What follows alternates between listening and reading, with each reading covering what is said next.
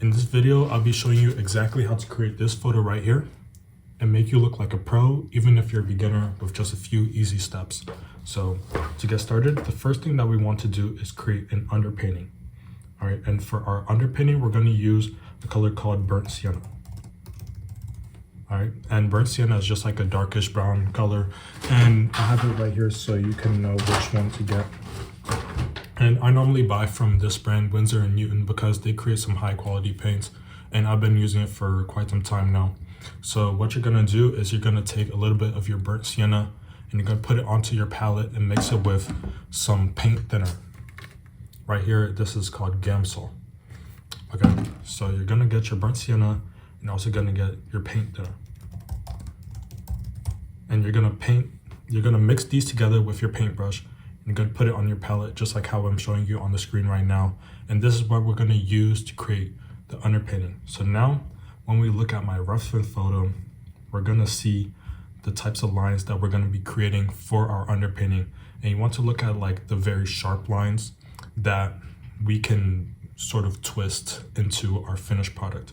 So what do I mean by this is we're going to be looking at the lines over here. You need these sharp lines like the eyes, the nose, and all this, but I understand how hard creating underpaintings can be, and I've found like a very easy way how you can get your proportions right and also get like a very good looking picture when it comes to making portraits. So the first thing that I always like to start off with is creating the forehead, because the forehead is just a very easy shape to make, and you're just creating like a squarish shape, and it's just a box right here, and it leads on to all the other parts of the face. So you can start off with the forehead, move easily into the eyes, then the eyes to the nose, then the nose to the lips, and you pretty much have a finished face from there.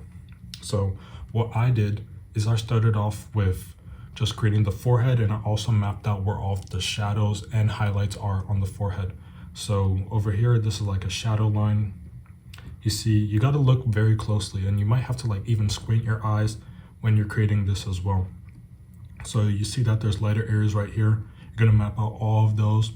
And then this is gonna help you out with all of your proportions, because now that you mapped out where the shadows are, it's easily gonna transition into this big shadow right here. Okay, and I created a curved line for the nose from the eyebrow ridge to the nose. And I also mapped out where all of these shadows are underneath her eyebrows. So I created a squiggly line all the way like this, and I did that for the entire face, but I did create a video showing you how to create underpaintings very easily, and I follow this same exact framework every single time that I'm creating a portrait. So I definitely say that you should use that for creating your underpaintings and getting right proportions, because if you don't use this, you're going to be in a very tricky situation, because you might create something and then you figure out that the forehead is too large and you didn't really map out where all the shadows are. So now you're trying to go based off like what you see. And I don't really like to do that, because it makes the process way harder than it has to be. And the process shouldn't be very tricky. You should be able to just follow 1, 2, 3, 4, 5, 6, 7, and then you're at your finished product. And that's exactly why I created my 7-step guide, which is in the description. It's free, and it's gonna teach you how to create portraits easily. So 7-step. So that's my 7-step portrait painting guide. Definitely check that out, it's in the description. Okay, and that's how you're gonna find all these steps that I follow. And I'm also gonna go over them in the video right here, so you can follow them as well. Okay, so now that I created my underpainting with my Burnt Sienna mixed with the paint thinner, now I'm ready to start. And don't worry if your underpainting isn't perfect. Mine wasn't perfect, but it's the layering stages that actually bring the photo together. This is just our guidelines that help us out. Think of it like a color by number. Like you start off with 1, and then you go to 2, and then you go to 3, and you fill out all of these parts like this, okay? But we have our guidelines now, so we already know what we're gonna do. Okay, so now that we have everything filled out, now it's time to do the shadows of the photo. And for the shadows, I don't go in with black right away, because black is a very hard color, and it's hard for you to clean it up if you ever do mess it up. So that is why I use Burnt Sienna. not burnt sienna, I use burnt umber. It's a very dark brown color. I have it right here. And I'm also gonna show you in the video, because burnt umber is a color that blends very easily into skin tones when you create it. Right here. It's very easy to blend into skin tones that you have, and that is what I'm gonna use right here. All these darkest areas of the face that we already mapped out with our underpainting. We're just filling all of this out with the burnt umber. And after you do that, then the face should look a lot better, because when you just have the lines, it looks sort of like messy, but after you put off the dark areas, it comes together. So where else on the face is gonna have the darkest areas is the forehead, the hair right here, not the forehead, the hair, also underneath the nose, and all of these other areas like around her lips. So now we map all of that out and we're done with all of the shadows. So now what do we do after that? Now we begin our transitions, okay? And for the transitions, you're gonna use your ultramarine blue. Yeah, because over here, you have a wide range of blues. Like if you look very closely, you have a very light blue. Over here, you have a medium tone, you have a dark tone, but essentially we're moving from dark all the way to our lightest colors. So we already finished our darkest colors right here, and we used the burnt umber for it, not our blacks. We used burnt umber for that because we're eventually gonna move into it with our blacks to darken up those areas. But now, what the next darkest color is this dark blue that is surrounding her forehead, around her eyes as well, and around her cheek, around her lips. You just gotta look at where the darkest blues are on her face.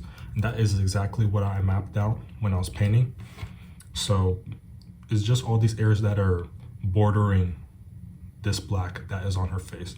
So I just put the ultramarine blue around all of these areas, and I put it around her eyes, her lips, her nose, around the cheek. And in the video, I just used a very small brush because this area is not really that big and you don't really need a huge amount of ultramarine blue to fill out the area that is needed. So I just did that, and then I was pretty much ready to move on to the next step. So this is a pretty quick step along the process. But now that we actually start getting into the juices of everything, we got to go into our main tones. So this is going to be the bulk of our entire painting because we're using a lot of this blue tone right here. You see this one, and how I created this color is I mixed a little bit of my teal along with some white, and we have different ranges of this color too, but we're mainly going to focus on this main chunk right here. Like let me map it out so you can see. So right here, this is our lightest tones that we're going to be using our white for, but for our main tone, it's all these areas right here that are bordering our transition color, which was that ultramarine blue. So we're gonna fill out all of this area right here with our teal mixed with the white. And after we have that mapped out, then the face is filled out like about 80%. We just need to fill out all these light areas. Like right here, this is a light area, and we're gonna skip out that part. We're just filling out where these main tones are. So you're gonna fill out all this right here, all that and all that. But the more you do this, the more you're gonna get comfortable with just figuring out where the right colors go, because this is the trickiest part of the entire painting process. Everything else is easy. Mixing colors is easy. Creating traces is easy. It's just figuring out where to put the right colors and get the right values. That is the only tricky part, but I'm telling you, as a beginner, that is gonna be one of the hardest things that you do. But after you master it, you're gonna be in a very good place, and you're gonna be able to paint like almost anything that you see. And that is from my personal experience too, because I used to work with colored pencils a lot. So I had a very wide range of colors that I was using, and just trying to match the right color to the right thing, like painting, like creating photos of faces, creating drawings of faces. That was tough for me because I didn't know what value of brown to use for people's face, or what color of tan to use for somebody's face or what color to use for the shadows.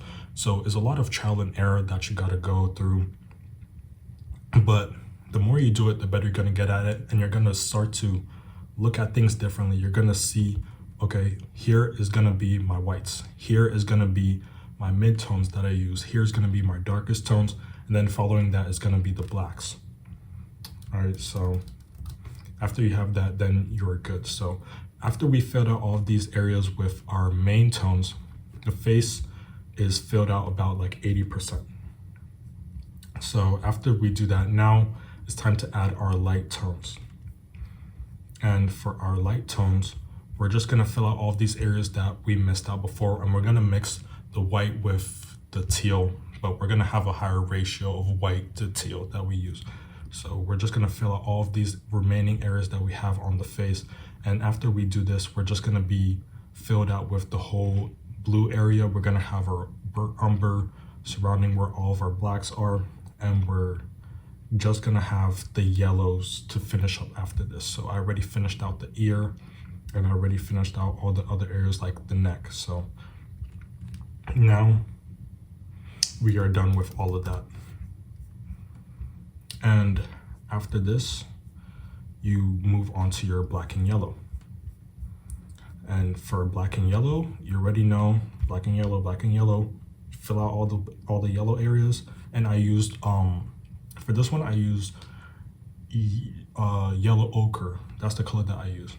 I used yellow ochre. You can use like a dandelion yellow. You can use any other yellow, cadmium yellow hue, just to fill out all these areas. And then after we do this, it's gonna have a really nice transition because it has a really cool effect.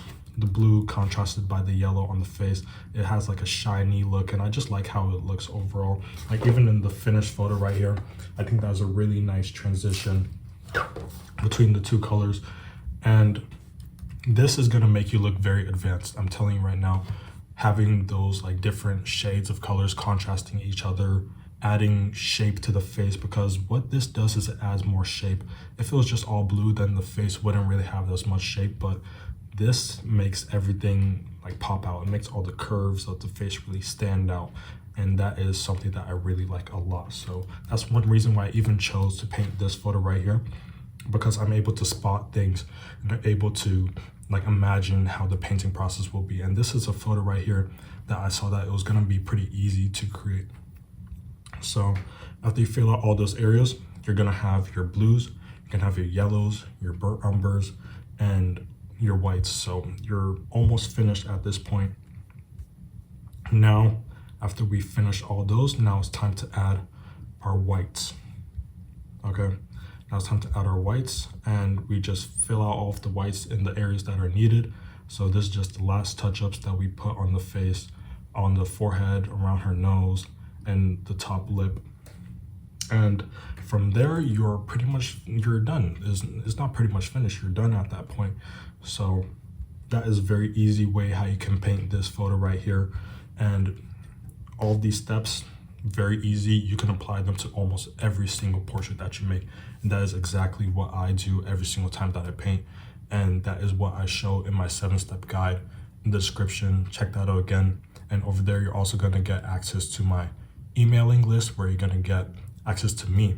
And I'm gonna be launching coaching for portrait painting. So if you're interested in that, that is the place to go, because I want to guide you all. I want to help you all achieve all of your goals with painting, because this is something that gives me a lot of purpose. It gives me just it gives me flow, because this flow state is something that I want to hold on to for very long, and it's very enjoyable. And I find that art is very therapeutic in ways, and this is going to be something that you could even show off to your friends or create something for your parents, because it's very meaningful gift. So that is how you create this.